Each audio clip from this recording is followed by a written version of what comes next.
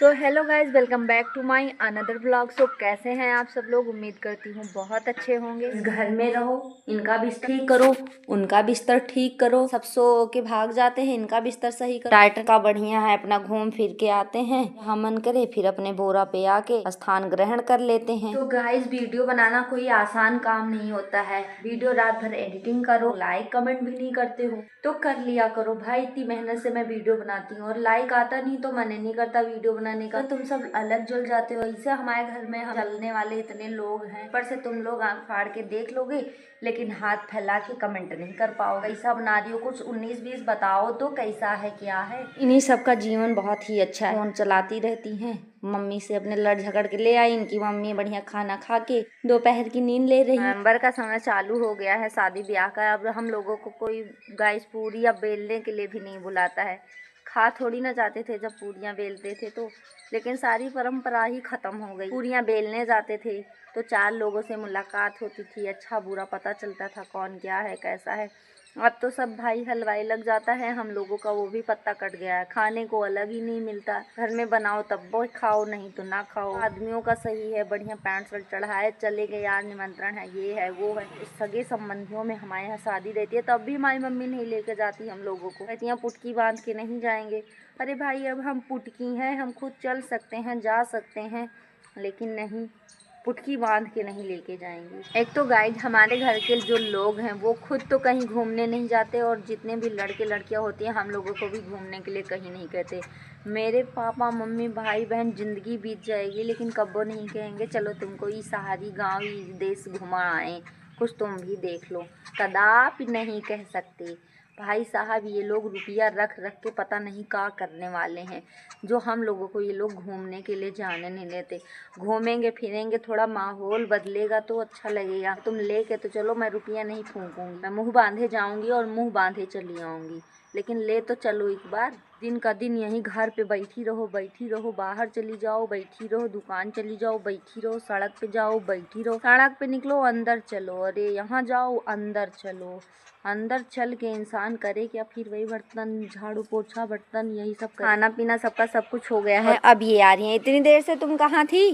किसी ने बेचारी का पैर तोड़ दिया है, उसको कहीं सरगो नरकों में ठिकाना नहीं मिलेगा। चावल सुबह मम्मी रख देती हैं और ये सब यहाँ चुन रही हैं। जितना चुनेंगी उतना ही बोलेंगी, पता नहीं क्या बोलती रहती है मराठी भाषा में ये लोग। और टाइटन भी आके देख लेते हैं कि बाहर का क्या सीन है। मेरे घर की लड़कियां इतनी छुछुंदर है, मैं काम कर रही थी और इस लड़की ने दरवाजा बाहर से नॉक कर लिया। ज्यादा धूप में जाओ तो आँख खुली नहीं रही है, छाया में रहो तो ठंडी लग रही है और धूप में चले जाओ तो इतनी ज्यादा धूप लग रही है कि कुछ पूछो ना। बस एक ही चारा है, ठंड ब्लैंकेट लो, अपने कमरे में जाओ और फोन चलाओ, रील स्क्रॉल करो, बस वही मजा है और तो किसी चीज में कोई मजा नहीं है। टाइटन वहां से चले आओ, नहीं तो दूसरा कुत्ता तुमको गिरा देगा, वहीं पे बैठ जाएंगे ये। भाई साहब टाइटन वहीं पे बैठ गए हैं और कोई आ जाए अनाड़ी कुत्ता अनाड़ी इंसान तो उसको ये आ धमके पहले। खराब करते तुम लोग, इतना मूड खराब करते हो कि मेरा बहुत हो रहा है।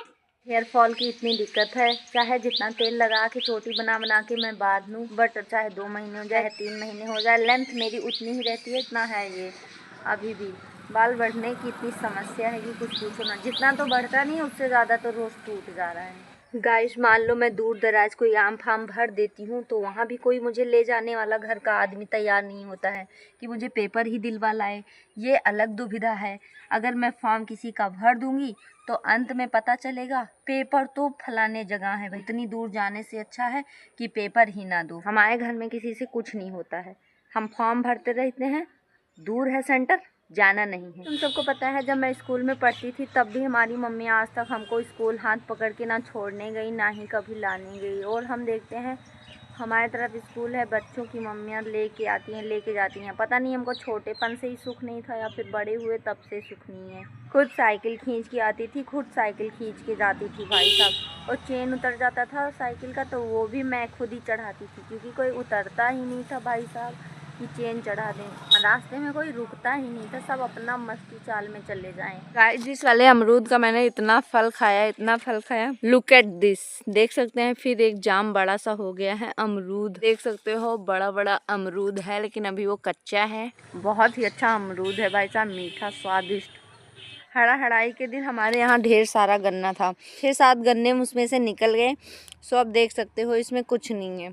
वैसे मैंने अमरूद को खाते खाते इतना छोटा कर दिया है। तो गाइज मैं आपको दिखा रही हूँ ये नींबू का पेड़, कागदी नींबू का, इतना लंबा चौड़ा हो गया हम लोगों जैसा है। मम्मी कहती है जैसे तुम सबके कोनो कर्तव्य नहीं है, इस नींबू के पेड़ को भी कोई कर्तव्य नहीं है कि फल लग जाए इसमें। हमने खाया मस्त अमरूद, जो खा के बहुत ही ज़्यादा अच्छा लगा गाइस। मैंने यहाँ पे तैयार कर लिए हैं मुरमुरे, देख सकते हो। मुझे बहुत ज़्यादा सादा पसंद है क्योंकि मैं प्याज डालती हूँ, अचार का थोड़ा मसाला, थोड़ी सी धनिया का पत्ता, बारीक चॉप हुआ प्याज का टुकड़ा। यहाँ पे मैंने रखा मस्त लैया, और ये लोग सूंघते सूंघते पहुँच जाते हैं कि लैया कहाँ बनी है। गाइस धीरे धीरे सब लोगों ने खाया, लेकिन अंत समय ही सारा खाना पड़ा और सब लोग खा पी के चले गए। भयानक वाला तीखापन है इसमें, लेकिन कोई ना, मैं बनाई थी तो मैं खुद की तारीफ करूंगी, बुराई नहीं। लैया खाने के बाद लग रहा है कि हमको भयानक वाला जुकाम हो गया है। जैसे लगता है कि सुबह सुबह नहा लो तो सर्द गर्म हो जाता है, बट मुझे लैया खाने के बाद जुकाम जैसा हो रहा है। यहाँ पे मिल गया है इतना गुड़, तो मैं गुड़ खाती हूँ और पानी पीती हूँ। ऐसे तो मैं गिलास जूठा करके पानी नहीं पीती क्योंकि मुझे ही मांजना पड़ता है, लेकिन भूल गई मैं, तो मैंने पी लिया।